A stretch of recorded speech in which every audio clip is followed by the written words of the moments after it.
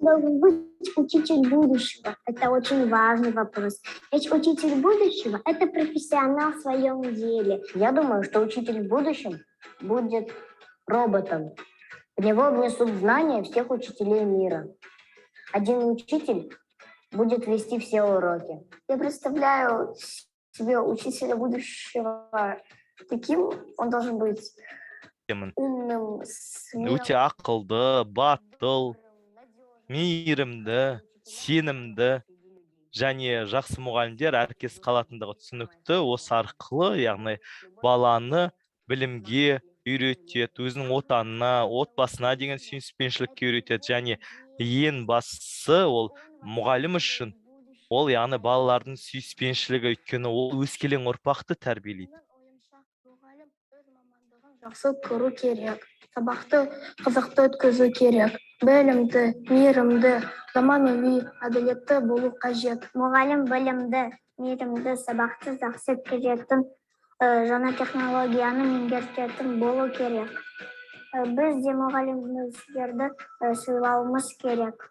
Жалпы менің ойымша, мұғалім ақ көңіл, мейірімді, шыншыл, әділетті болу керек.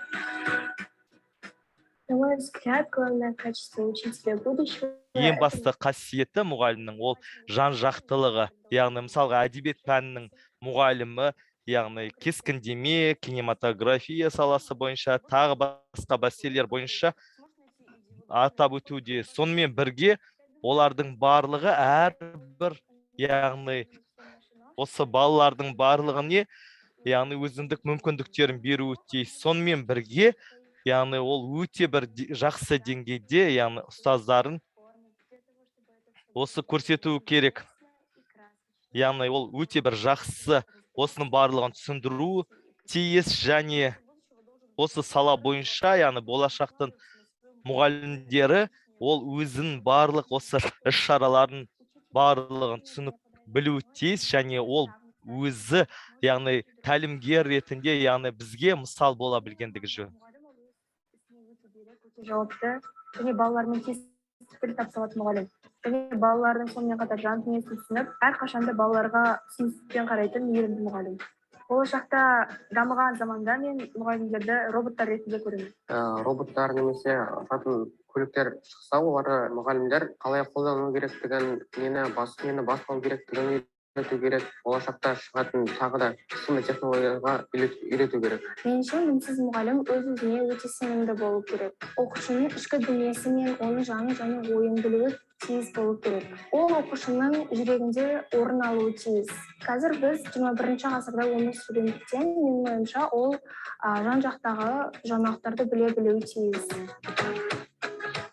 За последние годы в образовании произошли глобальные изменения. Қазіргі кезеңде жаһандық деңгейде осы мәселелердің барлығын қарастырған болатынбыз. Яғни мысалға айтатын болсақ, шын мәнінде олардың барлығы өзінің зиятымен бөлісуде, және ол біздің білімімізді әрі қарай дамытуда. Және ол жасанды интеллект қазіргі кезеңде жақсы дамуда, сондықтан да осы заманауи технологиялардың барлығын білу өте маңызды болып табылады. Және менің ойымша білім беру және мысалға компьютер тағы басқалар арқылы технологияларды пайдалану өте маңызды, өйткені ол білім беру процесін біршама оңтайландырады және мұғалімдердің өскелең ұрпақты дамытуына мүмкіндік береді. Және осымен қоса, яғни мұғалімдердің барлығы болашақта осындай болады деген ой. Болғандықтан, болашақта мұғалімдер де жан-жақты болуы тиіс. Жаңа технологияларды және де ыңғайлы технологияларды игеру өте маңызды болып табылады. Менің ойымша, болашақта мұғалімдер заманына сай онлайн жаңа тақырыптарды, онлайн сабақтар, онлайн ойындар арқылы үйретуі қажет. Әсіресе қазіргі кезде тек қазақ тілімен немесе орыс тілімен шектеліп қана қоймай, өзге тілдерді де бағындырып, сабақты өзге тілдерде солардың терминдерімен түсіндіруі тиіс. Қазіргі күнде әр оқушы өзінің мұғалімін өзінің екінші анасындай көріп, олардан үлгі алады. Сондықтан да мұғалімдер де оқушыға үлгі бола алатындай талапкер болуы керек. Сол заманға сай интерактивті тақтамен және басқа да қызықты оқулықтармен баланың ойын алып керек деген. Менің ойымша заманауи мұғалімдер олар заманмен бірге дамуы керек. Мысалға болашақта көптеген жаңа технологиялар болады. Мұғалімдер бізге сабақты жасанды интеллект арқылы түсіндіру мүмкін, немесе 3D модельдер арқылы бізге көзге көрінбейтін заттарды көрсетуі мүмкін. Болашақ заманауи мұғалім цифрлық сауаттылықты және де ақпараттық технологияларды дұрыс меңгергені дұрыс деп санаймын. Және де заман ағымы өзгергенге сәйкес мұғалімдер де сондай болу қажет деп ойлаймын. Идеальный образ учителя, он формируется уже сейчас, учителя будущего. И, на мой взгляд, перед ним стоит... мұғалімнің бет бейнесі қазір кезеңде қалыптасуда, және стратегиялық түрде бұл мәселелерді қарайтын болсақ, ең басты мәселе, яғни ғасырдан беріліп келе жатқан осы білім нәрімен бізді сусындатуы тиіс, және болашақтың мұғалімі, яғни шын мәнінде барлық осы жан-жақты хабардар, білімді болған өте маңызды, өйткені қаншама осындай іс-шаралардың барлығын жүргізетін болады, және менің ойымша біз өзіміз мұғалімдерді әмбебап мұғалімдер ретінде қарастырамыз, және олардың барлығы өздерінің ережелерін, қағидаларын білуі керек, және мұғалімдерге қойылатын талаптардың барлығын білгендігі жөн. Сонымен бірге қазіргі кезеңде барлық осындай білімдердің барлығын меңгеруі тиіс. Құзыреттіліктерін сақтай отырып, баламен бірге субъект ретінде қарым-қатынас жасап, ол баланың бойында жеке тұлға қасиеттерін қалыптастырып, Қазақстан Республикасында өз орнын табатын жеке тұлға ретінде қалыптастыру, ол біздің міндетіміз. Сол себептен педагог ретінде біздің білім саласында алар орнымыз өте ерекше. Жас буын, жас Қазақстанның болашағы, ол біздің қолымызда деп ойлаймын. Болашақта жалпы технологиялардың арқасында оқу үрдісі толығымен өзгереді деп санаймын. Мысалға, бір пәннің аясындағы тақырыпты оқушыларға мұғалім егжей-тегжейлі түсіндіру үшін оқушылармен бірге виртуалды әлемге енетін секілді. Яғни, мысалға тарих сабағын алуымызға болады. Ол кезде мысалға әртүрлі тақырыптар бар. Ашаршылық кезеңі, оқушылармен бірге оны көріп, сезіп, барлығын егжей-тегжейлі түсінетіндей болады деп елестете аламын. Қай заманда болмасын, ұстаз ол шәкірттің жүрегіне жол таба білетін жан болу керек. Сол себепті де педагог өз заманында болып жатқан экономикалық, әлеуметтік жаңашылдықтардың көшбасшысы болуы тиіс. Болашақ мұғалім әмбебап болу керек. Яғни мұғалім оқушыларға тек білім ғана беріп қоймай, оларды интеллектуалды тұлға ретінде қалыптастыру керек. Ал оқушылар болса, мұғалімнің бойынан өздеріне жақсы қасиеттерді ғана ала алуы тиіс. Жаңа технологиялар бұл мұғалімнің қазіргі таңда құзыреттіліктерін өте қатты арттырып жатыр. Бірақ та бұл өте қажетті құзыреттілікті арттырып жатқанымен мұғалімнің оны толықтай алмастыра алмайды. Мен болашақ педагог ретінде жүйелі жоспар, нәтижелі сабақтың арқасында шығармашыл, ізденімпаз ұстаз бола отырып, қазіргі әлеуметтік сұранысқа сай, өздігінен ғылыми ізденістер жасай алатын, жүйелі түрде өзіне баға беріп, рефлексия жасай алатын, эрудициясы жоғары, шығармашылықпен өзін өзі үнемі жетілдіріп отыратын шәкірттер дайындай аламын.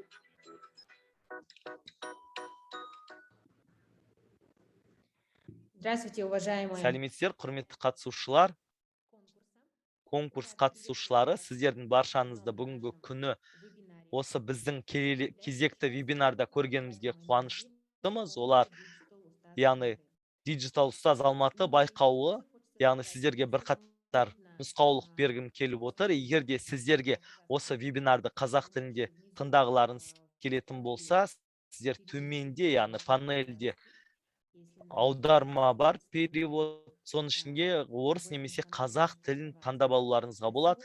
LSP аударма жүргізіліп жатыр, және сіздерге бүгін арнайы қонақ келіп отыр. Ол Dictatorстың Молодые, юные, но профессионалы своего дела. өте жас, өз ісінің мамандары, информатика пәнінің мұғалімдері Мария Плоткина, ол халықаралық, яғни конкурстың жеңімпазы, және Арина Нуриахметова. Олар бүгінгі күні сіздерге осы ең үздік қосымшалар жөнінде айтатын болады. Олар сіздер өздеріңіздің сабақтарыңызда қолдана аласыздар, және сабақты анағұрлым интерактивті, анағұрлым цифрлық және өте қызықты етіп жасай алуларыңызға болады. Мария, Арина, сіздерге сөз, баршаңызға табыс тілеймін. Көп рахмет, баршаңызға сәлем.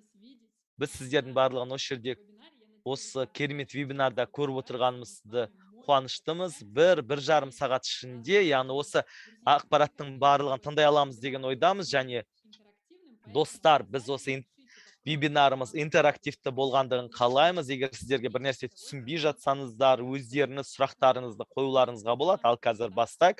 Біз өзіміздің таныстырылымымызды қосамыз және бірден осы диджитал ұстазға айналғымыз келеді. Өйткені сіздермен яғни осы сервистар арқылы танысатын боламыз және практикада біз айтатын мәселелердің барлығын көрнекі түрде көрсететін боламыз және қазір біз таныстырылымды қосамыз. Сіздер реакцияларыңызды берсеңіздер, бізді естіп отырсыздар ма, біздің таныстырылымды көріп отырсыздар ма?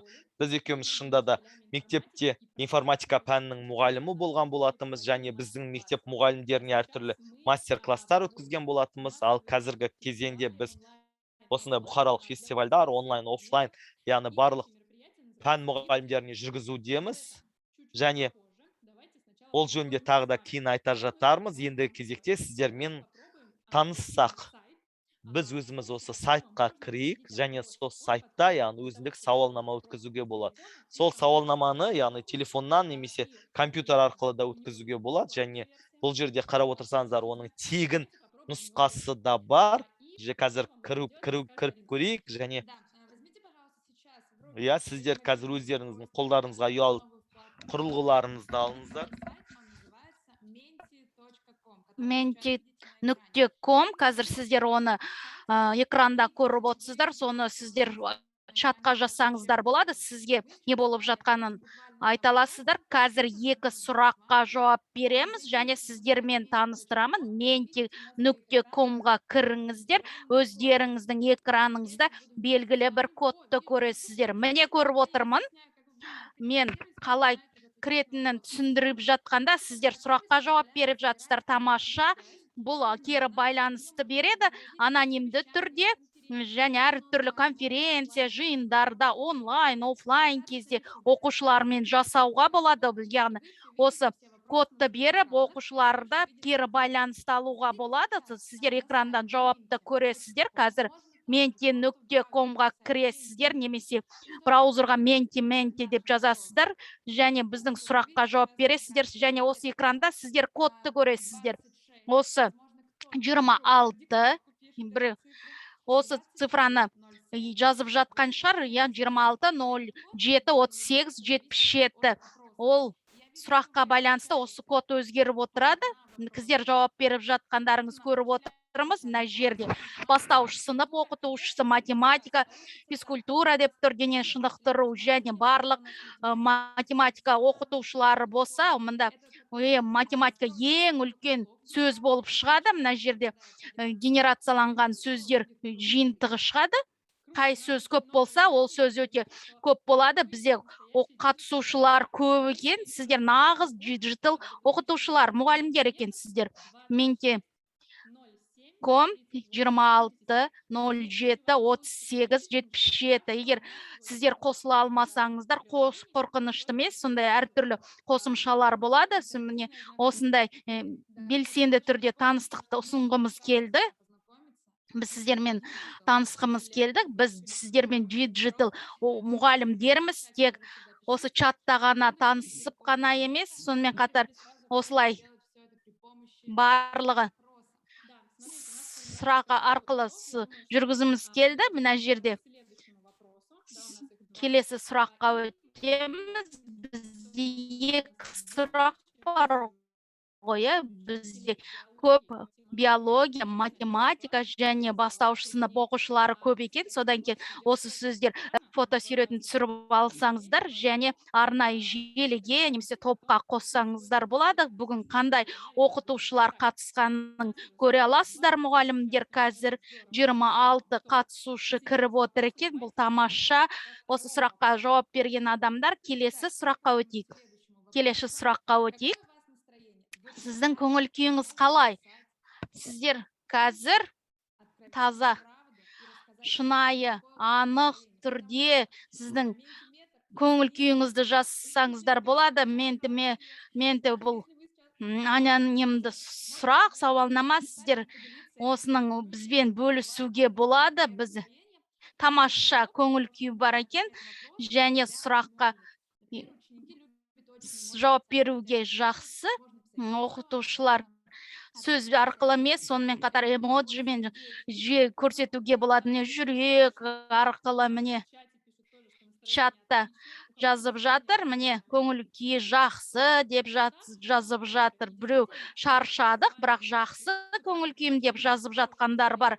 Біз жақсы көңіл күй болса, онда ақпаратты көбірек ала аласыздар, тез игере аласыздар. Сондықтан сізде керемет тамаша көңіл күй болса, онда қабылдауыңыз жақсы болды. Егер көңіл күйіңіз дұрыс емес болса, сіздер бес сервистерді көп естейтін болсаңыздар, сіздің көңіліңіз көтеріледі. Бұл өте бір қарапайым, сонымен қатар әртүрлі ойын викториналар өткізуге болады, және бұл сіздің жұмысыңызды жеңілдетеді. Әртүрлі сауалнамалар жүргізу және тағы да сұрақтар қойған кезде уақыттарыңызды үнемдейді. Осындай өздеріңіздің достарыңызға жиналған кезде қолдануға болады. Өте бір кері байланыс сұрасаңыздар, оларға не ұнады, не ұнамады деген сияқты. Мысалы, сіздерде достарыңыз көп болса, кері байланысты алғыңыз келсе, осыны қолдануға болады. Бізде сұрақтарға міне керемет, мен көріп жатырмын, жеп жатырмын, естіп жатырмын дейді. Міне біздің вебинарларда міне барлығы чай ішіп көріп жатады біздің вебинарды. Біздің 5 үздік қосымшаны ұсынбақшымыз. Сіздер егер дайын болсаңыздар, керемет ақпаратты алуға дайын болыңыздар. Ментиментинді біз аяқтадық. Телефондарыңызға алысқа қоймаңыздар. Қазір бізде әртүрлі қосымшалар болады. Қазір біз бастайық. Біз немен айналысатынымыз туралы сіздерді таныстырып өтейік. Сіздерде сұрақ туындайтын шығар. Неліктен біз қосымшалар туралы айтып жатқанымыз шындығына келгенде Teachers деп аталынады. Бұл өте бір жақсы, керемет іскер мұғалімдер осындай бір шаралар өткіземіз, оқытушы мұғалімдерге арналған. Қазір біз сіздерден сұрағым келеді. Гики дегеніміз не, сіздердің ойларыңызша? Осыны чатқа жазсаңыздар болады. Гики дегеніміз не? Мысалы, біреулеріңіз осы өздерін гики деп санайтын шығар, немесе бір жерде естіген шығарсыздар. Соның жауабын чатқа жазсаңыздар болады. Қазір бізге керемет көңіл күй екенін әліп жазып жатыр. Бізді тыңдаған өте бір тамаша екенін жазып жатыр. Ар қартай гики дегеніміз не? Эмоджи арқылы, смайлик арқылы жазуға болады. Бұл әр жақты, әр тарапты мұғалім, фанат және бол коуч деп жазып жатыр. Және эмоджи, көзілдіргі бар эмоджи деп жатыр. Және барлық сұрақтар міне керемет жауап берді. Дұрыс, бұл міне технологияда өте бір жақсы кіріктірілген мұғалім. Келесі сұрақ қоямыз. Teacher дегеніміз не? Teachers дегеніміз не? Teacher сіздің ойыңызша кім ол? Және бүгін сіздердің арасында өздерін teacher деп санайтын адамдар бар ма? Немесе мен деп жазсаңыздар болады. Мысалы, міне мен деп жазып жатыр.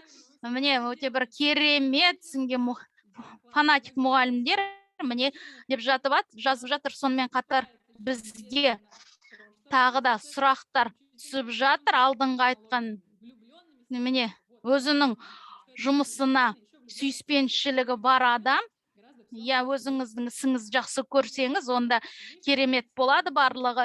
Сіздер өздеріңізді гик тичер деп ойлайсыздар, керемет. Бұл гик тичер, біз сіздермен біргеміз. Бұл қосымшаны қарастыратын мұғалімдер, олар заманауи технологияларды, қосымшаларды жақсы көреді. Біздің командалар және біз teachers сіздермен бірге, біз барлымыз біргеміз. Сондықтан бұл өте бір қызықты нәрсе. Мына жерде мен бір нәрсе білгім келіп отыр. Қазір сіздерге айтатын қосымшаларды жақсы білесіз. Сіздер біз әйгілі емес, көп айтылмайды. Сіздерге мынандай карточка міне осындай карточка сіздерге таныс па дейді. Мысалы, қосымша туралы сөз сөйлеген кезде мына осындай карточкалар көрініп тұрады.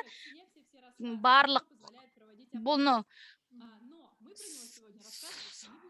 сауалнама жасауға өте бір жақсы, сондықтан мен бұл туралы айтпаймын, онсыз да көп адамдар жақсы біледі екен. Біз бұл осы қарапайым әйгілі қосымшалар туралы басқа вебинарда айтылады. Қазір біз басқа қосымшалар туралы айтамыз, өте бір керемет қосымшалар. Бұл келесі вебинарда айтып жатамыз. Тағы да қазір бір-бірімізді таныстырайық. Біз таныстық. Біз жұмыс жасап жатқан қосымша Mentimeter қосымшасы. Сіздер өздеріңізге соны жазып алсаңыздар болады. Міне қазір біздің шаралардың фотосуреттерін қарап шығайық. Қазір Geeks Teachers кім екенін айтып өттік. Менің аты жөнім Маша, жанында Арина. Біз Гавай костюмында тұрмыз. Біз 4 жыл, 3 жыл ішінде мұғалімдерге арналған шараларды ұйымдастырдық.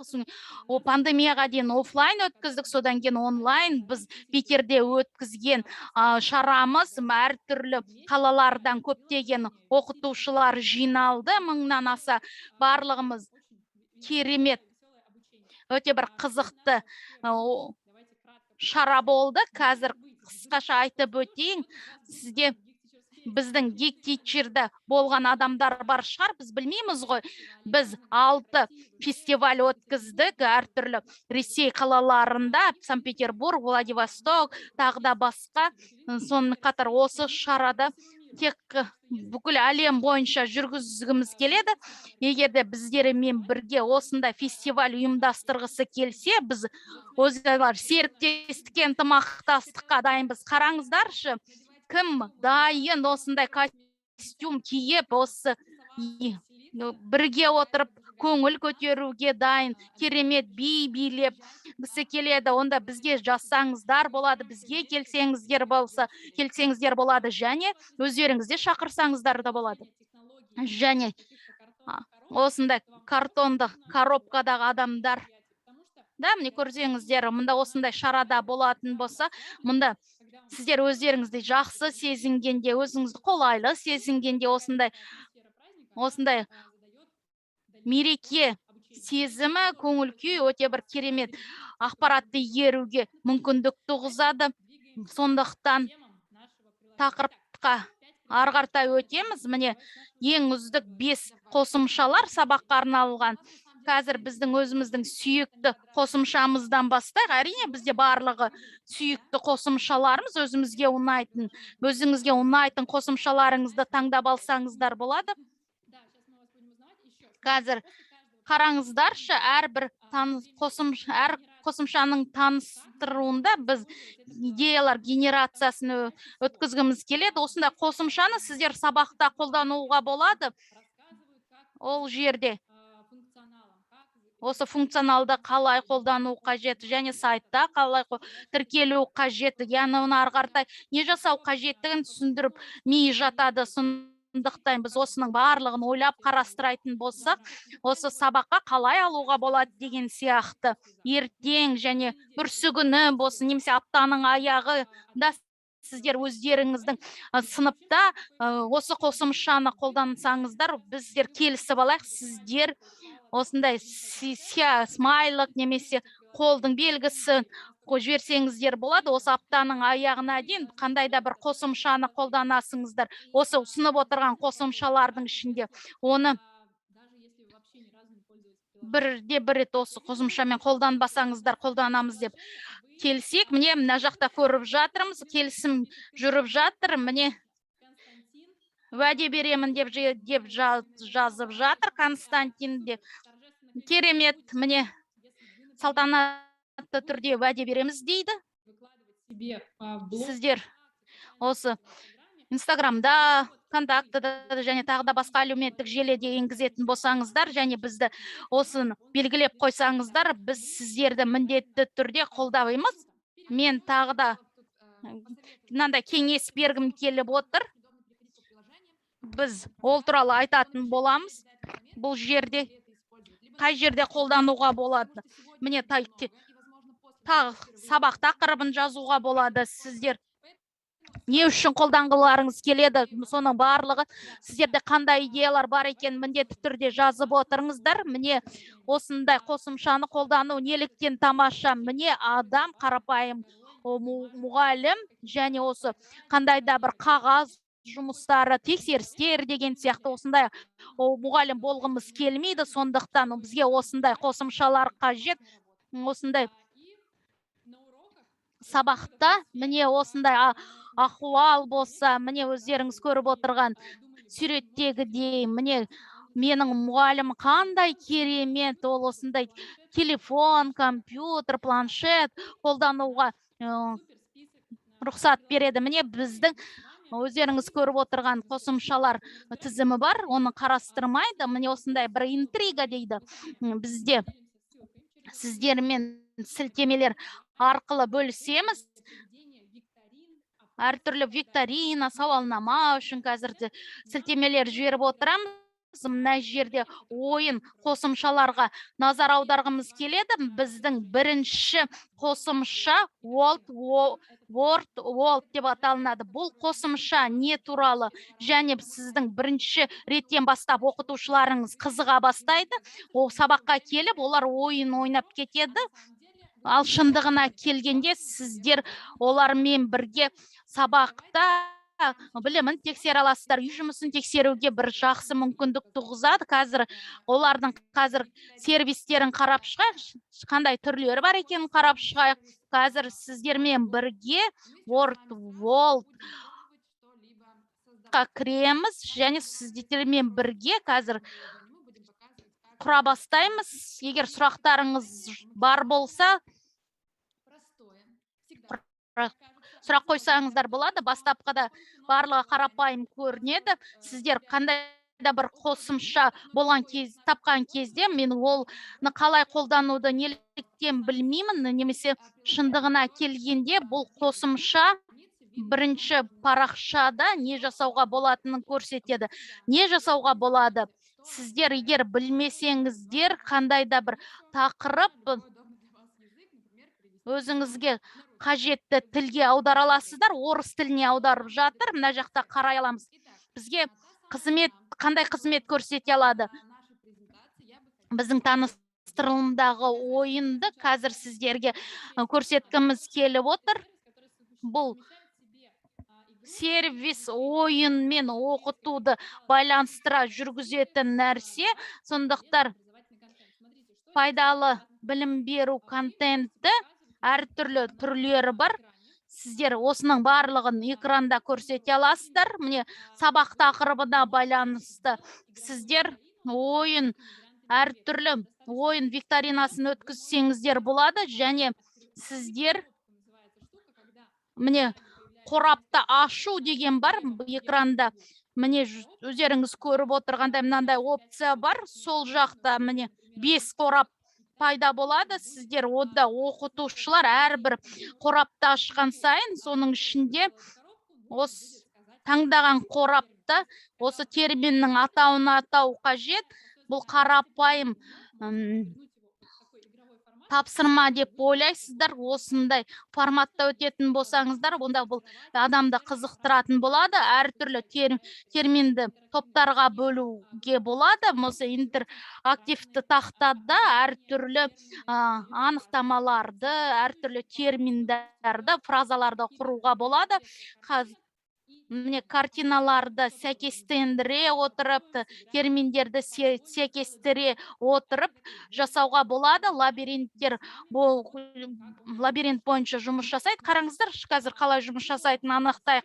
Міне кез келген сервисте, мысалы Kahoot-та, тағы да басқада осындай әрбір викторинаны құру жолы бар. Қазір сіздің беретін пәніңізге байланысты міне тақырып таңдап аламыз. Қазір біз пәнді таңдап алайық. Қандай сұрақ болатынын сіздер айтып отырасыздар. Мысалға айтайық, мынандай ментиментрде сұрақ болды. Бізде математика және бастауыш сынып оқытушылары көп екен. Қазір математиканы алайық. Мен ағылшын тілінде жасайық.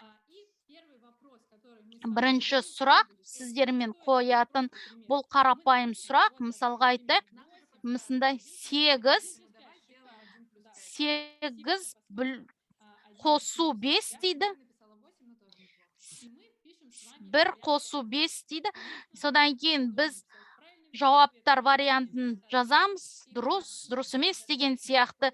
Сіздер осы жауаптар вариантын жасаған кезде міне варианттары, сұрақтардың варианттары болады. Мысалы, картинка арқылы, мысалы, сіздер әдебиет мұғалімі болса, міне мына суреттің авторы кім деген сияқты, мына шығарманың авторы кім деген сияқты жаза аласыздар. Біз бұл шындығына келгенде бұл 6 біз дұрыс вариантты белгілейміз. Міне 2 және бірнеше дұрыс варианттары болуы мүмкін. Сонымен қатар картинканы қолдануға болады.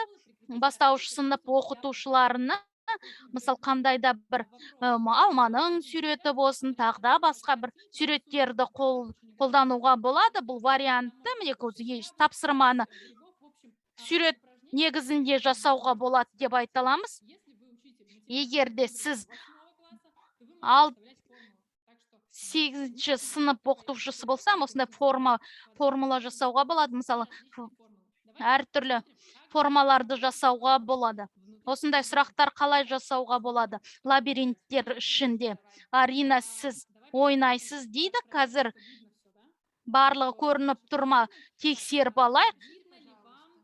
Сіздерге біздің лабиринт көрініп отырма дейді, жазсаңыздар. Көрініп тұрма, жоқ па, соны жазып жетірсеңіздер. Я, көрініп отыр. Қазір маған сәттілік тілеңіздер. Сонымен сұрақ. Я көрініп отырмын дейді. 6 жауабы жоқ. Ой, қазір мен жеңіп шығамын. Экранда өздеріңіз көріп отырсыздар. Бізде ортасында кейіпкер бар. Оны клавиатура тінтуірдің көмегімен жылжытуға болады. Осы кейіпкерді дұрыс жауап бар бөлікке жылжытуға болады. Және содан кейін қанша уақыт аралығында осы жұмыс орындалғаны көрініп тұрады. Сіздің осындай лабиринт сервисі сәйкес келеді ма дейді. Немесе әдебиет үшін, тарих үшін, қандайда бір әйгілі адамның фотосуретін немесе оның аты жөнін жазған кезде, мысалы, сіз тінтәуірді сіздер қолданасыздар, яғни осы адамдардың аты жөнін табалады. Маша айтып өткенде бастапқыда қазір не жасау қажеттігін айтып өтеміз. Сіздің өздеріңіздің идеяларыңызды айтыңыздар, қандай жауап беретін. Осы лабиринт туралы сіздерге айтып өтеміз. Бірнеше раундтар болады. Мұғалім оны монстр жеп тастауы мүмкін. Оларда 3 рет ойнай алады. Содан кейін оны тез кім жеңіп алғанын көре аласыздар. Көшбасшылар тақтасы болады. Өздеріңіздің идеяларыңызды жазсаңыздар, өзіңіздің пәніңізде қалай қолдануға болады деп. Мынандай сіздерге мынандай тапсырма бар. Мультимедиялық storytelling қолдануға бұл. Немесе мына жерде осындай тапсырмалар сайтын жасайтын болсаңыздар, осындай нәрсені қосуға болады. Мына жерде өздеріңіз көріп отырғандай стройтты бассаңыздар, сонда өзіңіздің сайтқа кіріктіре аласыздар. Мысалы, тапсырмаға деген сияқты осы Word-дан алып, соған енгізе аласыздар. Қазір керемет осы құралдардың бірі. Сіздердің жауап түрлерін көргіміз келіп отыр. Қараңыздар. Бұнда кездейсоқ дөңгелек дейді. Мына жерде қазір тексеріс жұмыстарын жасайық. Қандай тақырыптар болуы мүмкін, немесе сіздердің жауап варианттары қарастырады. Өзіңіздің кез келген дөңгелекті таңдау үшін әртүрлі осы секторлар бойынша варианттарды жасайсыздар. Қазір қарапайым түрде жасап шығайын. Осы 3 секундта міне сұрақ жүргізді. Міне қараңыздар, міне осындай дөңгелек форма шықты. Содан кейін біз оны міне 4 командалардың ішінде қайсысы жауап береді деген сияқты қазір пин итті қосамыз. Содан кейін бізде осы дөңгелек, шеңбер дөңгелек қазір нөмір 2-ші адам тақтаға шығады. Сіздер осындай нөмір 2-ші мектеп болса, олар тақтаға шығады деп қалжыңдап жатыр. Тамаша.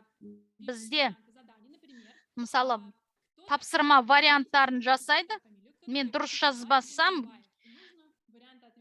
кешірім сұрайды. Абай Құнанбаев деген кім деген сияқты варианттарын жазуға болады. Міне жазушы, психолог, тағда басқа деген сияқты. Міне осы персонаж арқылы қажетті жауаптарды алуға болады. Бастауыш сынып үшін және сонымен қатар барлық пәндерге қолдануға болады. Мен мысалға айтайын, информатикаға қолдана аламын. Міне қандай да бір мысалдар жасағанда әртүрлі есептеу жүйесінен өткізген кезде мысалға бағдарламалау бойынша тапсырмалар болғанда осы жерде керемет бір жауаптар шығып отырады. Мысалға да мен былай ойлаймын, мысалы баланы тақтаға шақырып, міне қандай осы шеңберді жіберетін болсақ, содан кейін осы шеңберден шыққан сан бойынша жауап береді. Мысалға да молекула дегеніміз не деген сұрақ шығады деген сияқты барлық осы авторлардың барлығын осы шығармалар авторларын жазып шықсаңыздар, осы дөңгелекке осы дөңгелеп қажетті нөмірге балады. Содан кейін олар жауап береді. Келесі қосымшаға өтейік және біздің осындай резюмемен аяқтайық дейді. Қорытындылап және өзіңізге аккаунт құрасыздар. Сіздер почта арқылы жасалынады. Бұл қарапайым кезеңнің бірі, оған тоқталған жоқ. Әртүрлі жаттығулар бар және осы сыртқы ресурстарға қосуға болады. Өздеріңіздің сайтқа немесе WordPress және тағда басқа және осы жаттығуларды енгізе аласыздар. Және келесі сервиске өтеміз. Қазір соңғы рет қарап шығайық, қандай варианттар бар екенін. Осы тапсырмалар бойынша жіберіп алған сөзді іздеу деген сияқты, сканворд сияқты, дайын сканворд қой. Және оны сызып, жазып отырмайсыңыз, осы сервисті қолданасыз. Мына жерде картада интерактивті карталар бар. Мысалы, географияда қолдануға болады, ағылшын тілінде де қолдануға болады. Мысалы, қалалардың атын жасаңыздар, оның өздері қоя алады. Міне тамаша емес пе? Мысалы, сонымен қатар бастауыш сыныптарда қолданылады. Міне анаграмма деген сияқты тағда басқалар керемет нәрсе. Келесіне өтейік. Келесі сервис бізде өте бір керемет қосымша. Қазір соны біз қарап шығайық. Біздің келесі қосымшамыз Classroom Screen. Қазір сіздерден чатта жауапты күтеміз. Осы қосымшаны білесіздер ме? Менің сүйікті қосымшалардың бірі. Осы сервисте, осы интерактивті тақтаға қатысты көп нәрселер бар. Мысалы, Classroom өте бір керемет әртүрлі нәрселерді ауыстыруға, қолдануға болады дейді. Иә. Міне Classroom Screen. Сіздер өздеріңіз таныстырылым жасамайсыздар. Classroom бір экранда көре аласыздар. Қазір оны қалай жасау қажеттігін жасай аласыздар.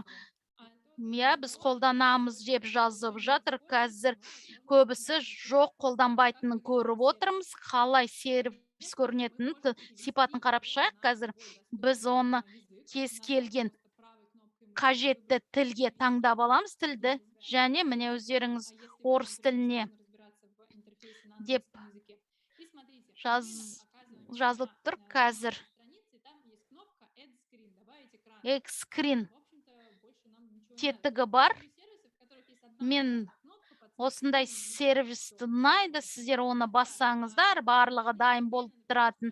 Антонина Сергеевна басында Kahoot қана қолданғанын жазып жатыр. Сіздер үшін бүгін мереке, әртүрлі қосымшаларды көріп отырсыздар. Бұл да Kahoot тәріздес, бірақ әлде қайда керемет. Сіздер тілден басқа, міне, артқы фонды ауыстыруға болады. Мысалға, өзіңіздің сыныбыңыздың фотосуретін қойсаңыздар болады. Сіздер оқуға дайынсыздар ма деген сияқты жіберуге болады. О жаққа не қосуға болады? Экранда көрініп отырғандай, сіздің интерактивті тақтада да көрініп отыр. Сіздер оны өзіңіздің экранға енгізе аласыздар. Мына жерде не жасауға болады? Мен қазір әртүрлі қызықты нәрселерді экранға қоямын. Сіздер не екенін жазып отырасыздар, сұрап отырасыздар. Бірінші карточка біз қосатын, бұл рандомды атау. Сіздер тақтауға кімді шақыратынын білмесеңіздер, о жаққа өзіңіздің оқытушылардың тізімін енгізесіздер, және кім жауап беретінін сіздер көре аласыздар. Сіз мысалы қандай класспен бірге тест және тағы да басқалар өткізген кезде қолдануға болады. Сіздер осыны сыныпта жасап шықсаңыздар, мына жақта саны шығып отыр. Міне Константиннің идеясы 3-4 жыл бұрынғы оқытушылар фотосын, суретін енгізсеңіздер болады. Өте бір қызықты дейді. Өзіңіздің ескі фотосуреттеріңізді көріп отыру өте бір қызықты дейді. Арғартай жүрек, қазірше оны жауап тұрайық. Қазір сіздер де панельдарыңыз тұрады. Төменде сіздер өзіңізге қажетті жерін басасыздар. Сіздер осындай тапсырма керек емес, керек болмаса, мына жақта оны жауап тастауға болады. Сонымен қатар мына жерде төмен жақтағы сызықша арқылы сіздер оны тартып, кішірейтіп, үлкейте аласыздар. Және сонымен қатар мынандай кубиктер бар. Сіздер ол не үшін керек? Сіздерге және біз бастапқыда айтқан болатынбыз. Қазір идеяларды әртүрлі құралдар бойынша генерациялаудамыз. Идеяларыңызды жаза беріңіздер. Мына жерде кубиктар бар, оны сіздер лақтырасыздар. Екеу, үшеу бар. Сіздер мысалға айтайық, сіздер үстел ойынымен үстелде ойын ойнап отырсыздар. Мысалы, сұрақтар, қандай сұраққа жауап беру керек оқушылар десек, мысалы осындай кубиктерді тастайсыздар. Бұл керемет құралдардың бірі. Міне шу деңгейі деп аталынады. Қазір біз сіздермен оны тексеретін болады. Біз қазір Алинамен бірге не үшін қажет екендігін айтып шығамыз. Мысалы, осындай тест ойын өткізетін болсаңыздар, осы тексеріс кезінде жұмыс барысында өте бір тыныштық болу қажет керек. Мысалы, сіздер айта берсеңіздер, балалар тыныш деп, бұл деген балаларды да шаршатады, өзіңізді де шаршатады. Сіздер осы белсенді түрде осы құралдарды қолдана аласыздар. Осы бірінші бөлікте, мысалы, сезімталдылық көрсетілген 1-ден 5-ке дейін. Және сіздің микрофоныңыз өте әлсіз дыбыстарды ғана қабылдамай, қатты дыбыстарды қабылдайтындай. Мысалы, оқытушыларға қызыл деңгейге дейін өтпесе, онда керемет нәрсе. Сіздер үй тапсырмасын алмайсыздар. Сіздер өздеріңізді тыныш ұстайтын болсаңыздар, өте керемет деп. Егер осы шу, міне қызыл деңгейге дейін жететін болсақ, сіздер осындай дабыл қоссаңыздар болады. Мысалы, өте бір максималды болған кезде ол шырылдай бастайды. Мысалы, қандай түсте болатынын өздеріңіз таңдайсыздар. Мен қызылды басқан кезде осындай дыбыс шықты. Онда бізде шу деңгейі ақырын сөйлеген кезде жоғары болмайды. Мысалы, сонымен қатар педагогикалық кеңестерде, жиналыстарда, ата-аналар жиналысында қолдануға болады. Егер шу деңгейі 60 болса, мен жауап беремін деген сияқты қалжыңдап жатыр. Мысалы, жобалық жұмыстарда көптеген оқушылар болған кезде осы шу деңгейін қадағалауды сұрасаңыздар, осыны қосуға болады, және олардың өздері сыныптағы жағдай өте қолайлы болу үшін бақылап отырады. Мысалы, балалар тынышталыңыздар деп айтып жатпай, өздеріңіз осындай сервистерді қолдануға болады, және оқушылар өздері жауап береді. Керемет құралдардың бірі, арғартай қарастырайық, жалғастырайық. Және қазір бізде чатта сурет салу құралын ашамыз. Сіздер өздеріңіз жазып шықсаңыздар осы чатта, осы экранда не салу қажеттігін.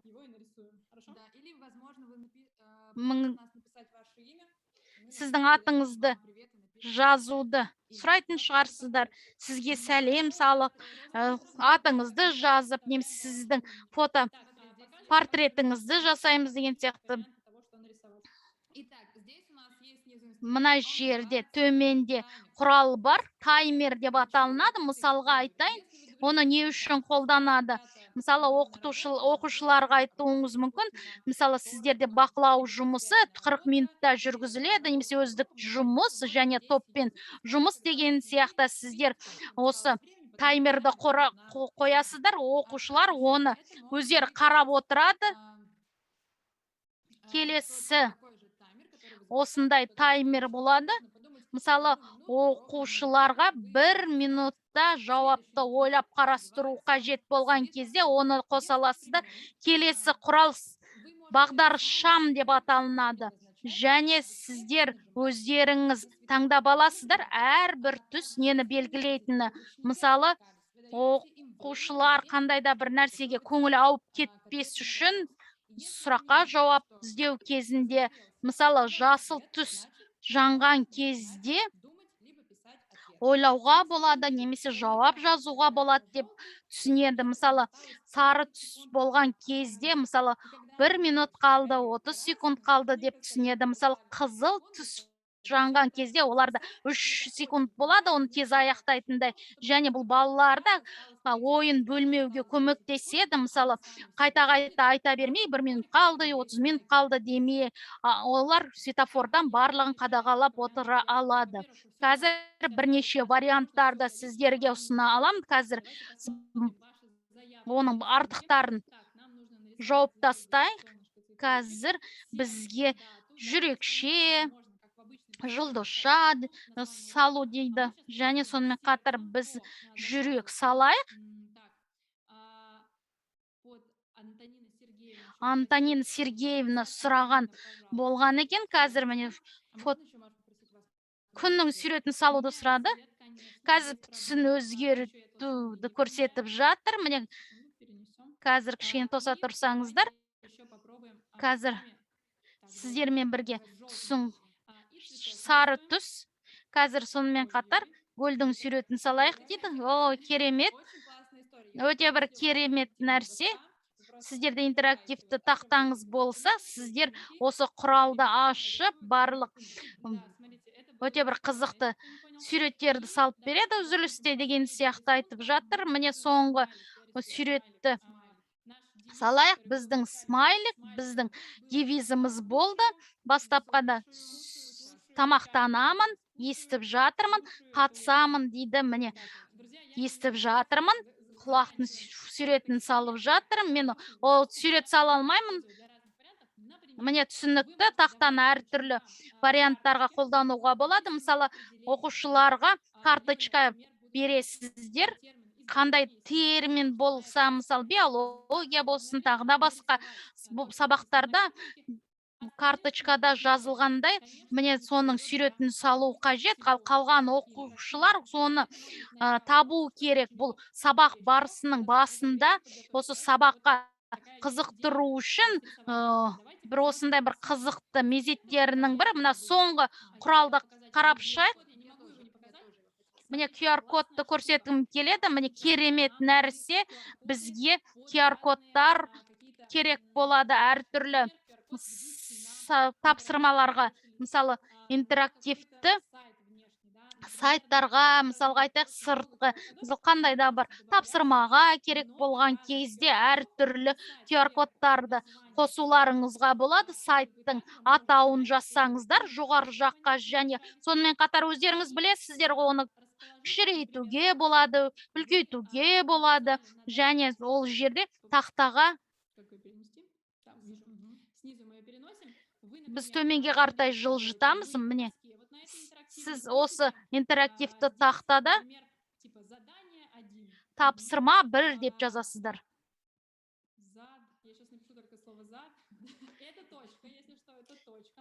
Тапсырма, бірінші тапсырма дейді. Мынаны қараңыздар, номер 1 тапсырма, осы QR кодтың жанына қойсаңыздар, содан кейін 2 тапсырма деп, оның жанына осы 2 QR кодты қосасыздар, және осы QR кодтарды қойып шықсаңыздар, олар осының барлығын командалық жұмыста барлығын жасайды, және сұрақтарға QR кодтық сабақтар жасайсыздар, әртүрлі тапсырмаларға. Қазір осы варианттардың барлығын жауып шығайық, және сіздердің идеяларыңызды оқып шығайық. Міне чатқа жазсаңыздар, қандай тапсырмаға Classroom скринді қолдана аласыздар. Ерінбей 5 секундыңызды жіберіп, мысалы сіздерде қазір бейсенбі, жұма күнгі уақыттарыңыз жеткілікті. Мысалы сіздерде қандай тапсырмалар болған еді, сол тапсырманы қалай осы Classroom скринге қолдануға болады. Қазір біз сіздерге идеялар бердік.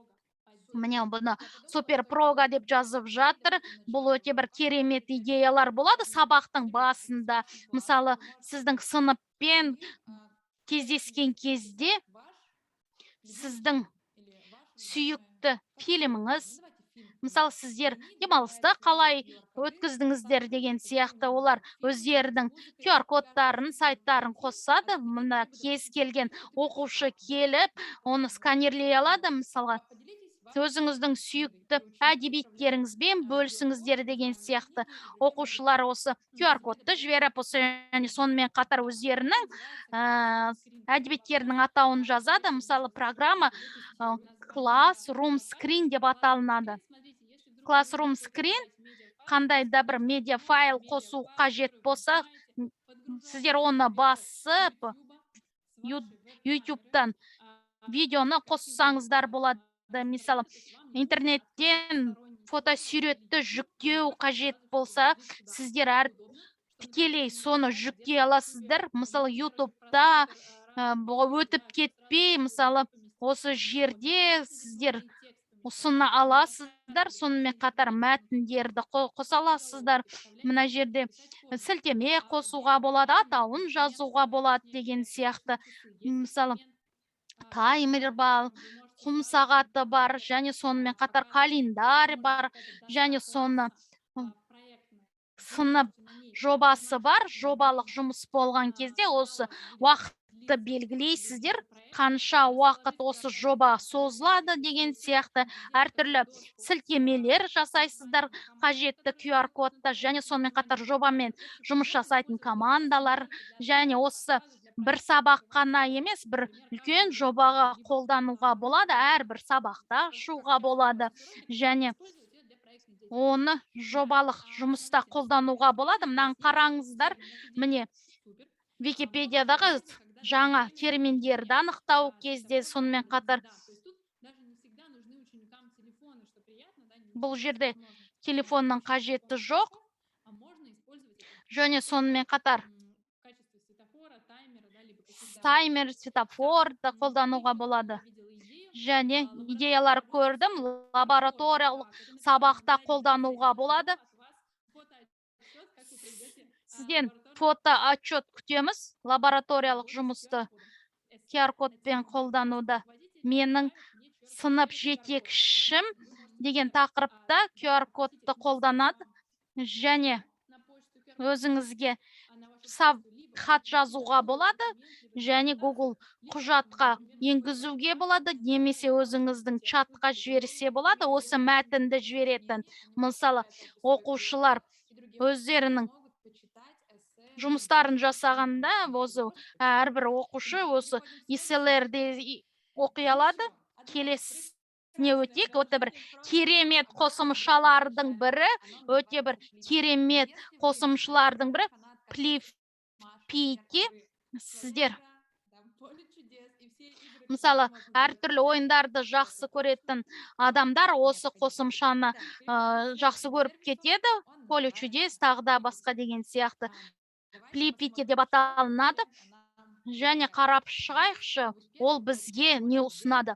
Мына жерде сіздер өздеріңіздің ойындарыңызды құра аласыздар. Сыныпқа оқушылар келеді деп алайық, және бүгін сіздер сұрақтарға жауап бересіздер, және осы балаларды әртүрлі командаға бөлесіздер, және бұл деген үй сабағын тапсырмасын тексеріп қана қоймай, сіздер өздеріңіздің ойындарыңызды қолданасыздар. Flipiti қолданған кезде әрбір қосымшалар бар, демо және сонымен қатар инструкция дегені бар.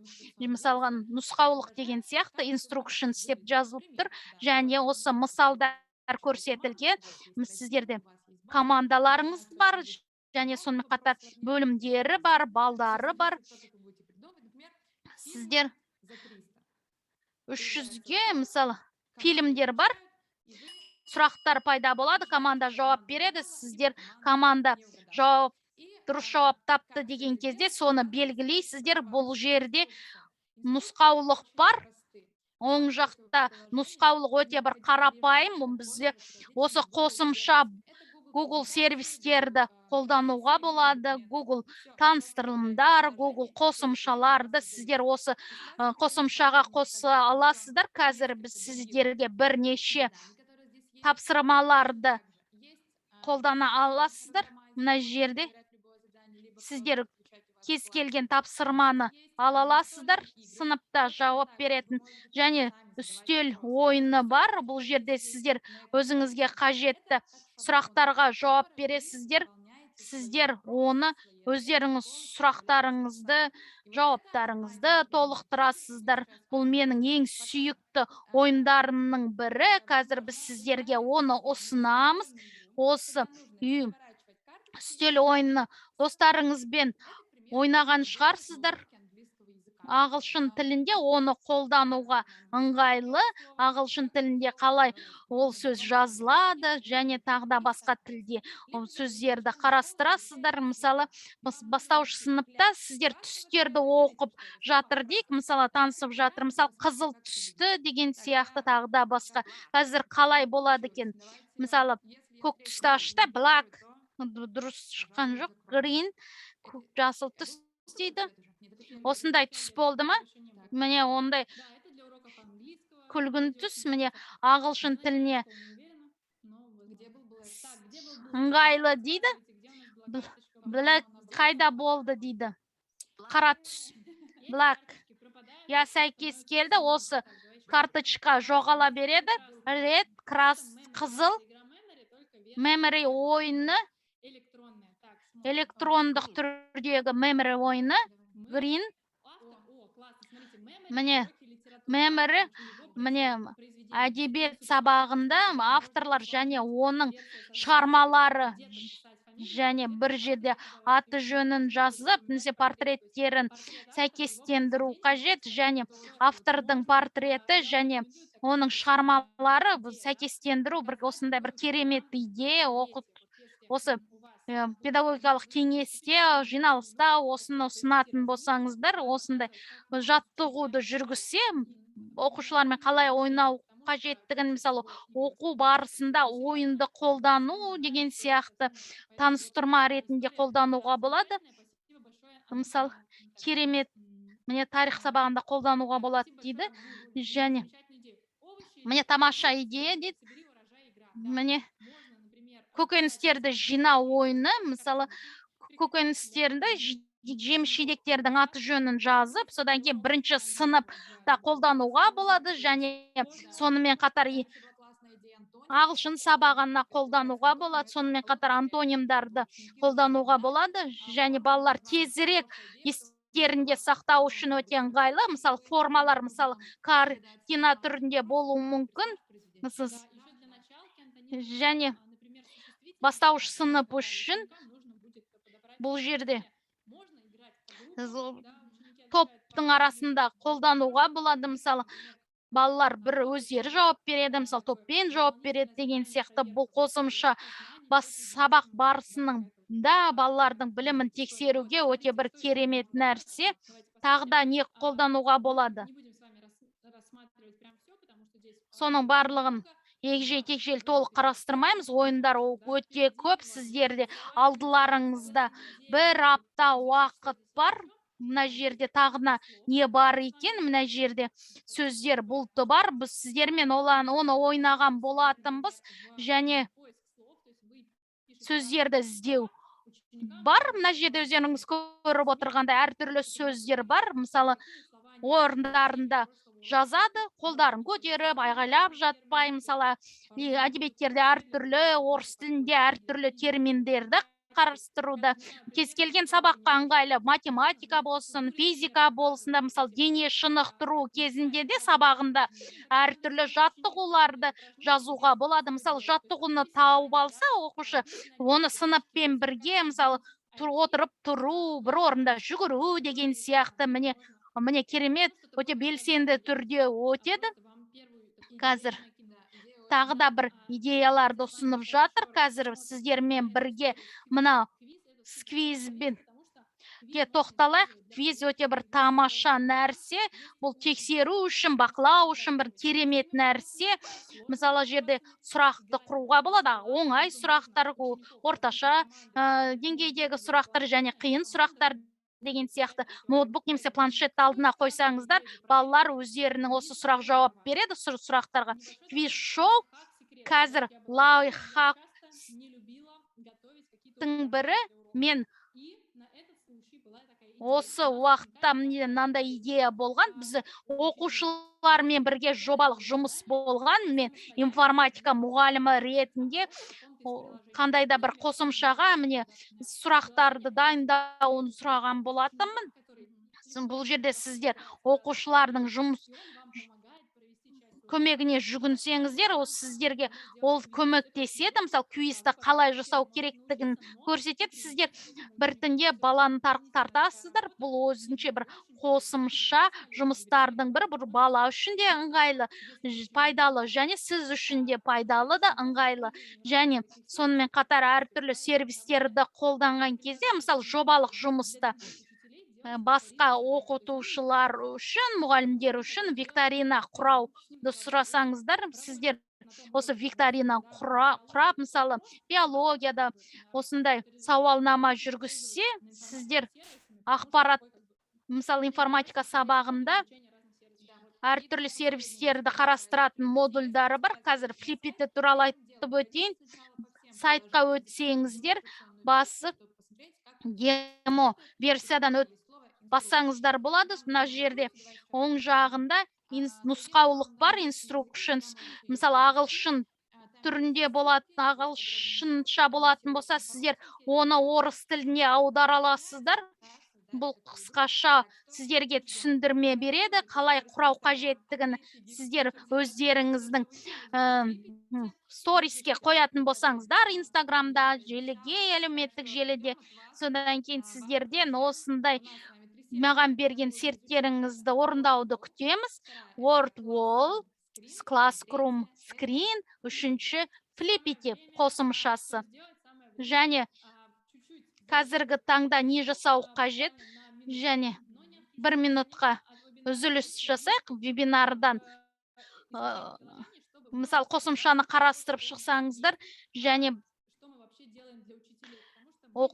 мұғалімдер үшін не жасаймыз, және біз оқушылар үшін әртүрлі мастер-класстар өткіземіз онлайн, офлайн түрде, және біздің мұғалімдер үшін әртүрлі курстар және қызықты нәрселер ұсынамыз. Біздерде қосымшалар мектебі бар, ол жерде барлық фликерсті қалай қолдануға болды, зингрей, твривинсиді қалай қолдануға болады, және барлығын айтып шықтым.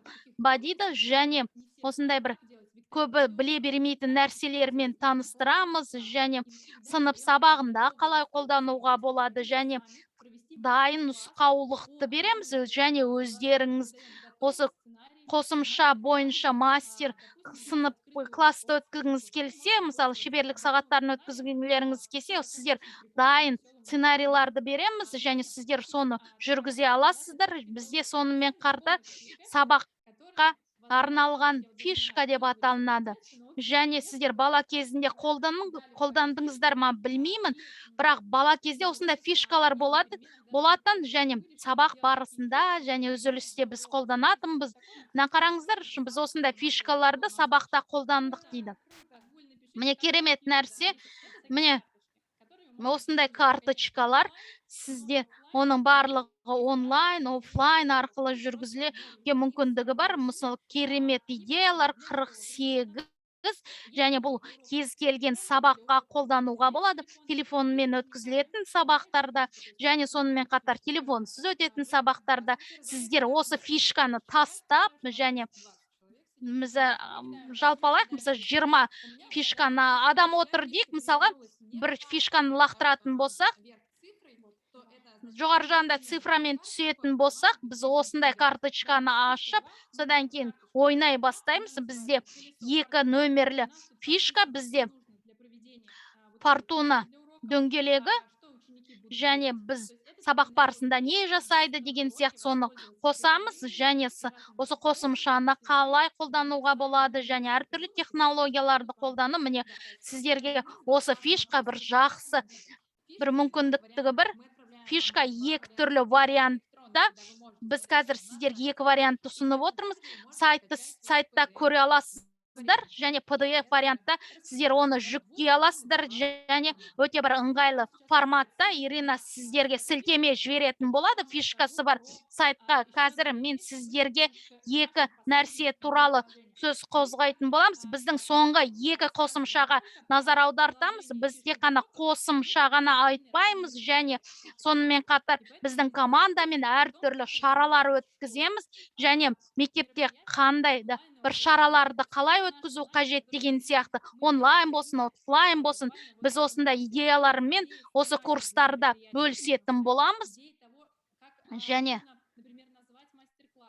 мастер сынып шеберлік сабақтарын қалай өткізуге болады сағаттарын, және әртүрлі білім беретін, және шаралардың бірі онлайн өтуге болады. Мысалы, өзіңізге кез келген құралда онлайн түрде осы телефонды қолданып, компьютер арқылы және қосылуға болады. Мысалы, достар, бірнеше сілтемелер қалады. Сіздер бізге қатыссаңыздар болады, және бір нәрсені қолданғыңыз келсе, бізде сұрасаңыздар болады. Бізде ақысыз нұсқасы бар. Керек па, керек емес па, сіздер соны таңдауға болады. Сіздер вебинарда отырып, мысалы, шаршаған болсаңыздар, біз Chillbook деген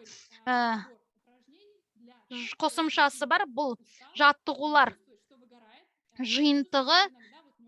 Мына жерде сабақ жұмысқа барғың келмеген кезде бізде осындай жақын арада курс өткізбекшіміз. Бұл жерде вебинарда біз үйрететін боламыз.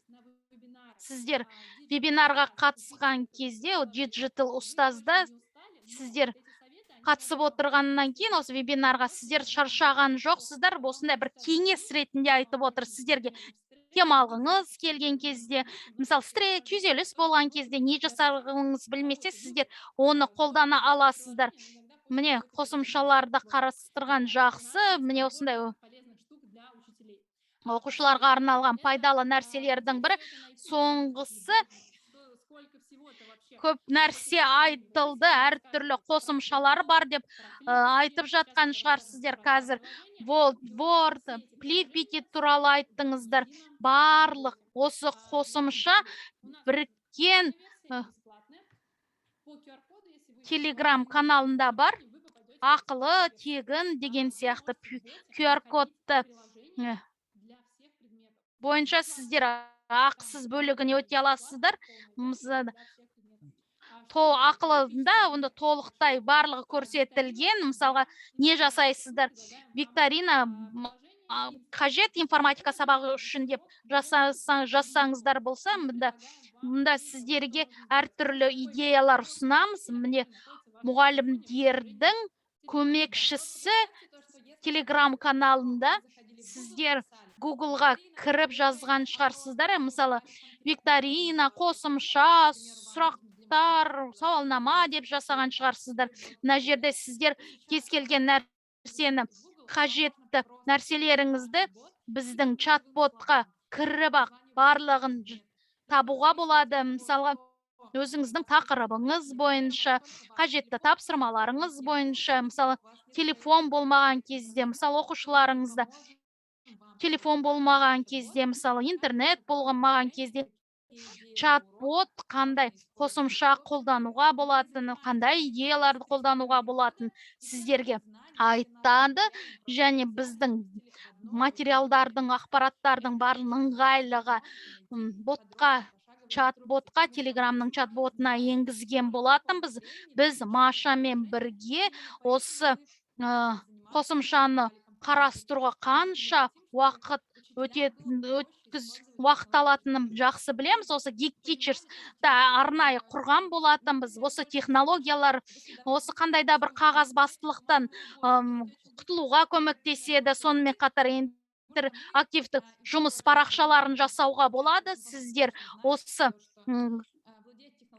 конкурсқа қатысып отырып, сіздер осының барлығын жақсы білесіздер деген ойдамын. Ирина айтқан жоқ, осы бізде бот ай сайын жаңа қосымшалар ашылып отыр. Сіздер осы қосымшада сіздер жақсы идеялар аласыздар. Көп айына 2 рет кездесулері өтеді. Егер сіздер осы ботқа жазылсаңыздар, біз ай сайын сіздермен айына 2 рет кездесеміз, осындай қосымшаларды қарастырамыз, және сонымен қатар байқауда кездесеміз деген ойдамын. Мына жерде жазып жатыр. Гикон түсінбесеңіздер, осы чат-ботқа кірген кезде түсініп жатасыздар. Мысалға айтайық, биология пәні бойынша не бар екен? Қазір бізде әртүрлі қосымшалар қолжетімді, биологияға арналған, мысалы, нақты тақырыптар, тапсырмалар жоқ. Сондықтан біз қосып отырамыз. Сонымен қатар тапсырмалар базасын кеңейтеміз. Сонымен қатар нұсқаулығы бар қосымшаларды ұсынып отыр. Бұл керемет, ай сайын жаңартып отыратын керемет құрал. Қазір соңғы 2 құралды қарастырып шайық. Бұл қазір бір керемет уақыт бойынша жүріп жатқанын айтып жатыр. Келесі біздің қосымша, келесі слайдты көрсетейік. Жазып өтсеңіздер, кіміне осындай бір таңғажайып бөлмелерді көріп отырсыңыздар. Бұл не деген сияқты. Міне, терезесі бар бөлме, жасыл бөлме деген сияқты, сары бөлме деген сияқты жазылып отыр. Бұл не екенін кім біледі? Көбісі тапсырма деп жазылған. Мына жерде Тамара жазып өтіп жатыр. Бұл шынымен де бұл Learnance қосымшасы. Сіз бізге көмектесіп отырасыз. Learnance деген не? Бұл қосымша.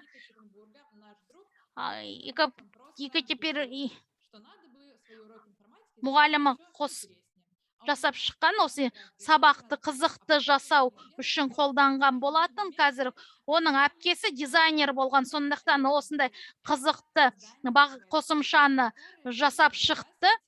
Сіздер ол жерде өзіңіздің тапсырмаларыңызды енгізетін боласыздар, және оқушылар онлайн бөлмелерден шығу үшін барлық сұрақтарға жауап беру керек. Learnance қосымшасы. Сонымен біз сіздермен мына жерде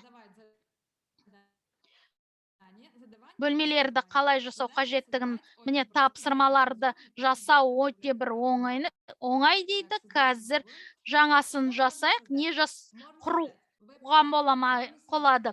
Веб-квест құруға болады, зияткерлік ойын жасауға болады, және квест жасайық. Қазір бізде неден бастаймыз? Қазір сіздермен бірге оны құратын боламыз. Қазір мен ішіне артай кірейін.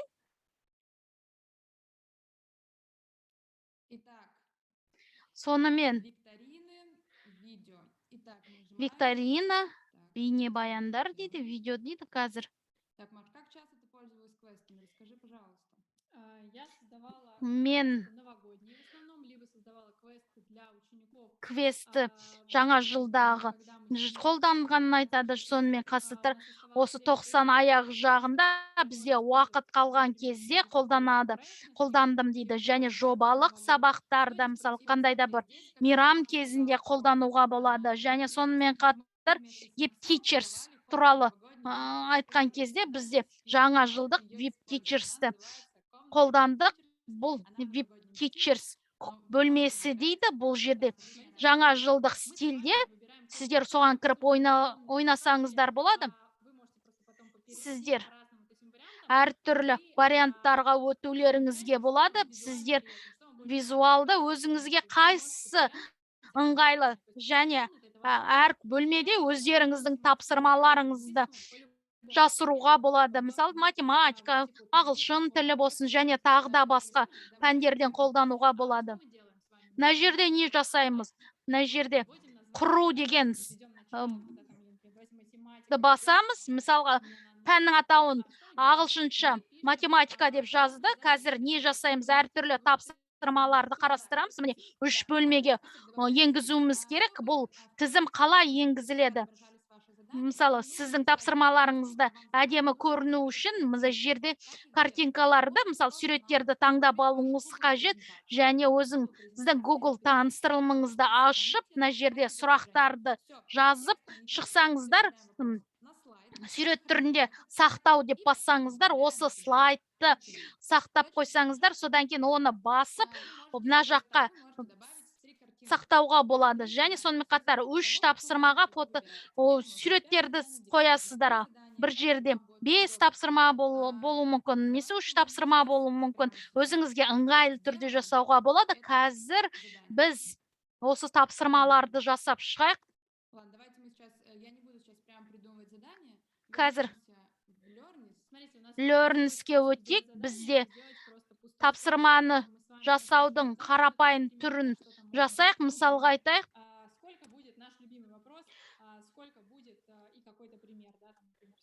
Қанша болады деген сияқты. Мысалға, бір қосу 5 дейдік. Бір қосу 5 қанша болады деп жазып жатыр осыны слайдта. Біз Google таныстырылымында жұмыс жасағаннан кейін осы мәтінді өзгертуге болады. Мысалы, әртүрлі түске ауыстыруға болады. Менде қарапайым слайд осыны Google таныстырылымында сақтауға болады. Мысалы, қазір файлды басамыз, жүктеу дейді. Мысалы, JPEG дегенді басамыз. Мына жерде картинка сияқты жүктеледі. Мен Learn'сқа басып, мына жерде жүктеу дегенді басатын болсақ, осы флайтты жүктеуге болады. Және бұл сіздер үшін осында көрсетіп отырғанын жеткізіп отыр. Қазір бірнеше бөлмеге енгізейік. Кез келген нәрсені жүктеуге болады дейді. Мына жерде мысалға айтайық. Бір қосу 5 қанша болады деп айттық. Мысалы, бірінші жауап 6 деген жауап бар. Код ол оқушылардың жауап беретін жауабы бойынша болады. Мысалы, 4 деген сияқты, 2 қосу 2 деген сияқты, 4 деген сияқты. Мұнда негізгі жауап болады. Мына жерде сонымен қатар аудионы жүктеуге болады. Мысалы, аудионы жүктесеңіздер, ол әртүрлі ағылшын тілінде сөз болуы мүмкін, музыка болуы мүмкін, 11 деген сияқты.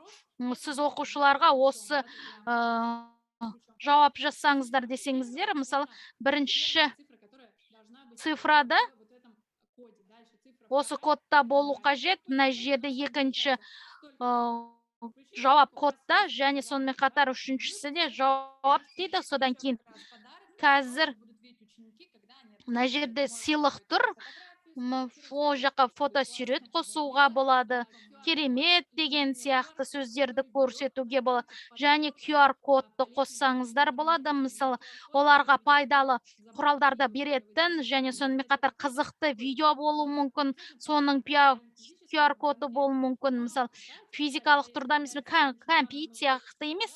Мысалы, мына жерде QR кодты енгізсеңіз, мысалға сыйлық бергіңіз келсе, мысалы, сыныпта қай жерде тәттілер жасырылынған деген сияқты көрсетілуі мүмкін. Бұл жерде жаңа жыл жақындап қалды, сонында жазсаңыздар болады. Қазір осы квест қалай жұмыс жасалынады. Сіздер тапсырма 5 болуы мүмкін. 3 тапсырма, содан кейін сыйлық дейді. Сонымен қатар сіздер жауабын кілтте жазасыздар. Және бірінші жауап 6 деп алайық. Мысалы, 1 қосу 5 дегеніміз не деген кезде 6. Екіншісінде екінші бөлігіндегі тапсырма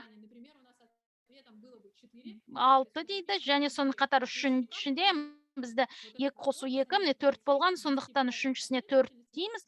Және сонымен қатар оны қалай жасалынатынын жазып шығайық. Оқушылар өздерінің парақтарына жасайды. Нәтижесінде қорытынды жауапты аламыз. Қазір қалай жұмыс жасайтынын қарап шығамыз. Қазір біз сілтемені жібереміз. Кереметсі квест біз сіздерге чатқа жіберетін болады. Сіздер оны қалай жұмыс жасайтынын көресіздер. Мен магика таңғажайып бөлмесінде болған жоқпын дейді. Оқушыларға осы әртүрлі нысандарды басуға болады. Және мысалға фотосуреттер біздің тапсырмамыз болады. Міне бомбада біздің тапсырмалар. Мысалы, әртүрлі сөрелер бар, компьютер бар. Мысалы, есікті басатын болсақ, мұнда сыйлық болуы мүмкін. Және сіздер оны оқушылармен бірге жасауға болады. Сонымен қатар басқа мұғаліммен бірге жасауға болады. Мұнда сұрақтар өте көп шығуы мүмкін. Және чатта жазсаңыздар болады.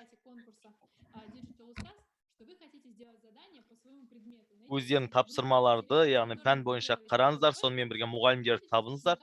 Осындай бір квест жасай отырып, мұғалімдермен соны пайдалануларыңызға болады. Өздеріңіздің мектептеріңізде бұл өте ыңғайлы. Өйткені әр кез, яғни бірінші кезекте осындай жүктеме көп болмауы мүмкін, әртүрлі идеялар болуы мүмкін. Ал енді кезекте келесі сервиске көшейік. Ол яғни Learnsқа қарағанда оңайырақ, және сауалнаманы өткізу үшін, әртүрлі үй тапсырмаларын өткізу үшін өте маңызды. Квиз деп аталады. Ол жөнінде біз в нем постоянно появляется обновление. көбірек айтамыз, бірақ онда яғни әртүрлі жаңашылдықтар туындауда. Содан кейін сіздердің назарларыңызды осы квизтағы жаңалықтар жөнінде айтқым келіп отыр. Ол квиз яғни каходқа ұқсас. Егер сіздер каходты білетін болсаңыздар, және осы каходты пайдалансаңыздар, онда ерекшелігі бар.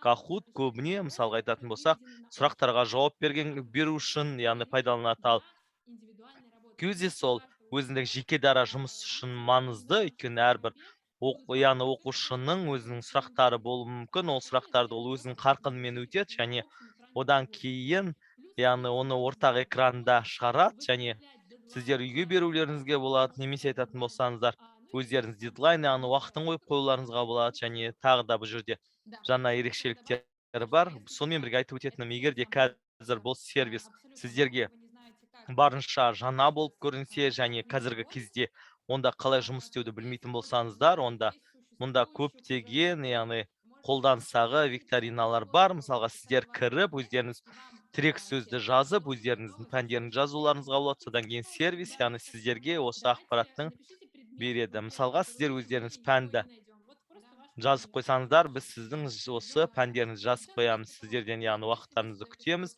егер де мысалға сіздер өздеріңіздің пәндерін жазып қойсаңыздар және ол оны жалпылама сіздер қолжетімді етесіздер және біз сіздердің осы ойындарыңды яғни ойнауға болады. Мысалға биология бойынша 5-ші сынып сіздер яғни осы санаулақтар бойынша тестін алуға болады. Одан кейін оны көшіруге болады, өздеріңізге қажетті сұрақтарыңызды қоюға болады, немесе бұл сұрақты қанша рет қойылған болатын. Мысалға 4,5 мың рет яғни осы ойынға ойнаған болатын, және бұл қарап отырсаңыздар сауалнама өте бір танымал екендігін, ал егер де бұл сауалнама көп қолданылмаса, ондай шықпайды. Мына жерде міне көріп отырсаңыздар, жалпылама бұның қарап өтейік. Мысалға немесе ағылшын тілі, міне сіздер де көріп отырсыздар, міне сіздер өздеріңіз викториналарыңызды жазасыздар және оны яғни сіздер оқушыларға бересіздер, олар содан кейін яғни өздерінің ұялы телефондарынан сіздерден алатын осы ақпаратты пайдаланады. Және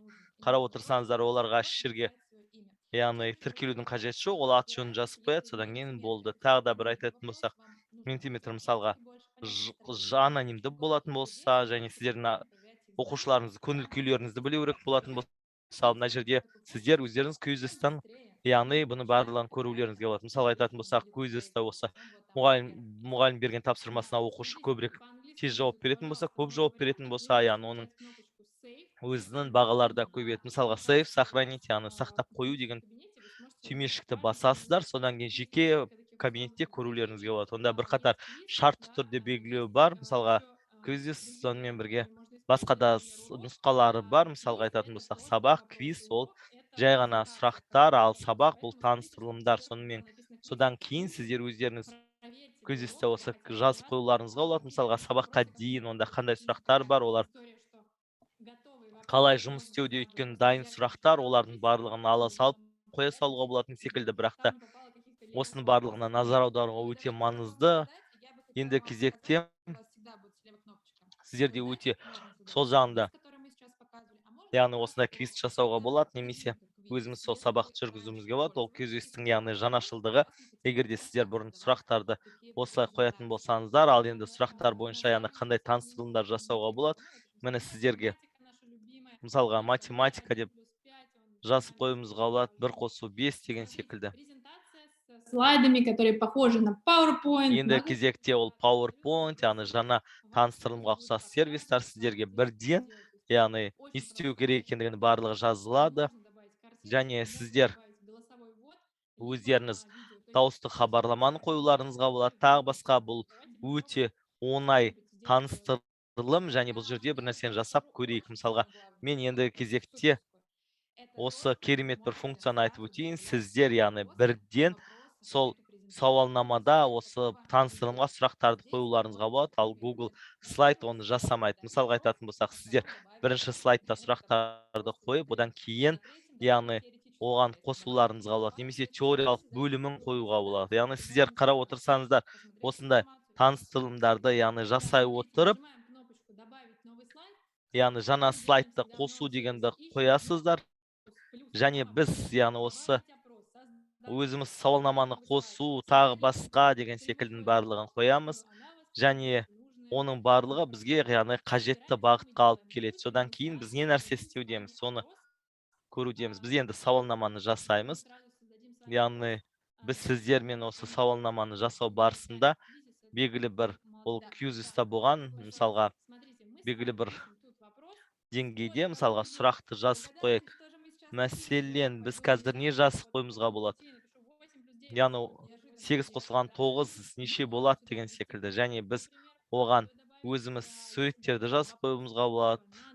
Яғни егер де сұрақ осылай жазылып тұратын болса, ол аудирование секілді, яғни сіздер осы сабақтардың барлығын жазып қоюларыңызға болады. Яғни сұрақтың нұсқаларын, жауаптарын, яғни 11, 17 деген секілді, немесе 5 деген секілді біз өзіміз осы үстіндегі сұрақтың жауабын қарастырамыз. Сонымен болды. Яғни қарап отырсаңыздар, біз сіздермен бірге осы викторинаны жасап шығардық. Сондықтан да осы диджитал мұғалім болу үшін шын мәнінде сізге көп уақыттың қажет емес екендігін көріп отырсыздар. Және бірден яғни барлық қосымшаларды қолдану. Мәселен, қазіргі кезде сізде ой, мынау 5 қосымша, оны не істеу керек деп айтудың қажеті жоқ. Барлығын бірден үйреніп алайын деп сіздер өздеріңізге ұнағанын таңдап алыңыз және қалауыңыз бойынша соны көрулеріңізге болады. Енді кезекте сіздер өздеріңіз осы аптада қандай қосымшаны пайдаланар едіңіз? Мынау World, яғни біз бұнда өзіндік лабиринт, әртүрлі ойындар болған болатын. Флиппити қосымшасы, онда әртүрлі, яғни осындай квиздарды жасау үшін, тағы басқаларын істеу үшін memory. Одан кейін бізде Classroom, Screen болған болатын ол. Яғни осындай интерактивті тақта, әртүрлі яғни сұрақ жауаптары болған болатын, learners квесттер. Одан кейін менің айтқым келетіні бұл күрделі сервис, ол яғни жалпылама басқа мұғалімдермен. Одан кейін квиз ол яғни жұмыста викторинаны, яғни Kahoot секілді пайдалануға болады. Ата-аналар жиналысында қолдануға болады. Совете, да, забыла слово. Сынып сағатында, педагогикалық кеңесте. Және сіздер қандай осы таңдап алар едіңіз? Міне, бізде қазір 100 қатысушы бар екен. Біз осы вебинарды аяқтамаймыз. Сіздерден өзіндік осы жауаптардың бәрін алмай. Форму напишите, пожалуйста, туда оставьте вашу Google обратную. форманы жасадық, оған кері байланысты қалдырсаңыздар. Сіздерге қандай қосымша көбірек ұнады? Яғни біз осы сіздер үшін жақсы, яғни қосымшаларды жазу үшін осымен аяқтамаймыз, және біздің Google форманы өткендердің барлығы мен сіздерге сілтеме жібереміз.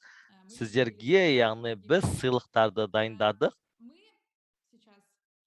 Біз қазір, Маша, сіз осы мұғалімдер үшін сертификатты айтып өтсеңіз, бізде арнайы мынандай тегін, яғни мынандай мәселелер бар, ол сертификаттарды сіздердің барлықтарыңыз пайдалана аласыздар, немесе электронды түрде жасауларыңызға болады. Мысалға айтатын болсақ, сіздер осы квестті өту үшін немесе бір тағы басқаны осындай бір идеялары бар сертификаттар. Мысалға айтатын болсақ, бір үй тапсырмасына байланысты, яғни сертификат немесе оны, яғни әр қарай осындай бір қызықты, яғни жақтарымен оларды ешнәрсені яғни сатып алудың қажеті жоқ. Бұның барлығын сіздер өздеріңіз іске асыруларыңызға мүмкіндіктеріңіз бар, және сіздер осы сертификаттардың барлығын жинай аласыздар, және осы сауалнаманы өткеннен кейін немесе QR-кодтан өткеннен кейін, осы сілтеме өткеннен кейін, енді кезекте сіздердің жауаптарыңызды қарайық. Мына жерде осы координатордан, яғни еске саларлық жағы бар. Осы конкурсқа қатысу үшін сіздер Digital Ustaz Алматы.kz-ге кіріп тіркелуіңіз керек. Егерде сіздер өздеріңіз көп сервистарды білгіңіз келетін болса, және осы мультимедиалық сторителлингке қатысу үшін, мысалға білу үшін, мұғалім болу үшін, жан-жақты мұғалім болу үшін, яғни бұл конкурсқа қатысу сіздерге мүмкіндік береді. Сіздер білесіздер ме, ең бастысы әрине осы білім, бірақ та қарап отырсаңыздар, қазір кезеңде сіздер біз осындай бір ең бір белсенді ұстаздармен бірге қатысып отырсыздар, яғни олар жұмыстан кейін жаңа бір жалпылама осы нысандарды өтуде, сондықтан да осы коммунити келуде, сондықтан да ендігі кезекте осы уақыттарыңыз болмаса, мәселен, бір тапсырманы істеңіздер. Такое комьюнити, которое готово учиться. Осындай, яғни оқып үйреніңіздер, ол сіздерді, яғни өздеріңізді жағдай осы мұғалімдер ретінде белсенді қатысуларыңызға мүмкіндік береді. Мен сіздердің кері байланыстарыңызды көріп отырмын. Біреулер яғни өздері сертификаттар алған екен, біреулері Google форманы алған екен. Енді кезекте осының барлығын пайдалануға болады. Және 1,5 сағатта осындай көп ақпаратты алдық деп отыр. Иә, көп рахмет. Енді кезекте мен барлығын оқып өткім келіп отыр. Осындай квесттер өткізу, яғни сондан кейін осы бір сервис пайда болды дейді. Және осындай керемет вебинарларыңыз үшін көп рахмет дейді. Сіздердің барлықтарыңыз осылай қаншама сағат, 1,5 сағат бойы, яғни барлық курстарда қатысып отырсыздар, және бұның барлығы өте маңызды болуда. Сондықтан да осындай бір қарқынды түрде өткіздік. Сондықтан да сіздер осы сервистарға барлықтарыңызға қатыса аласыздар деген ойдамын. Және әрі қарай, яғни осы бағдарлама Антонина жазып қойған екен. Антонина. Антонина класс. Classroom и Филиппите. WorldWalk. Иә, керемет, осындай пікірлеріңізді білдіріп отырсыздар. Ұнаған екен, барлығы ұнады дейді. Көптеген нұсқалар. Выкладывайте, пожалуйста. Смотрите, такой тоже. Яғни сіздер өздеріңіз қарап өтулеріңізге болады. Және сіздер өздеріңіз стористі осы Инстаграмға қоюларыңызға болады.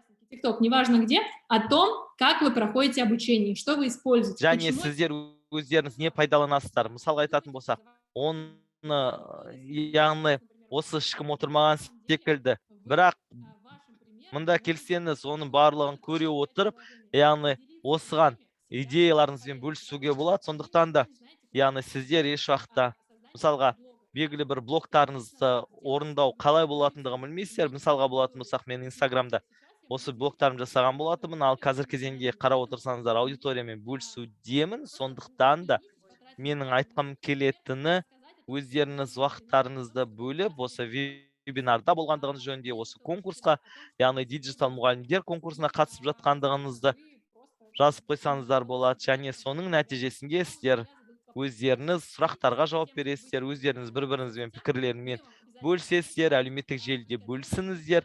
Біз сіздерге жауап беруге дайынбыз, және сіздермен кездесуге қуанышты боламыз. Көп рахмет. Сіздер, Мария, сіздер жалпылама қарап отырсаңыздар, қаншама керемет осындай әсерге қалдырдыңыздар, қаншама көп ақпарат бердіңіздер. Сондықтан сіздерге алғысымды білдіремін. Біз әлі де осы жобаның аясында жалпылама тұтастай алғанда әрі қарай ынтымақтасамыз деген ойдамын.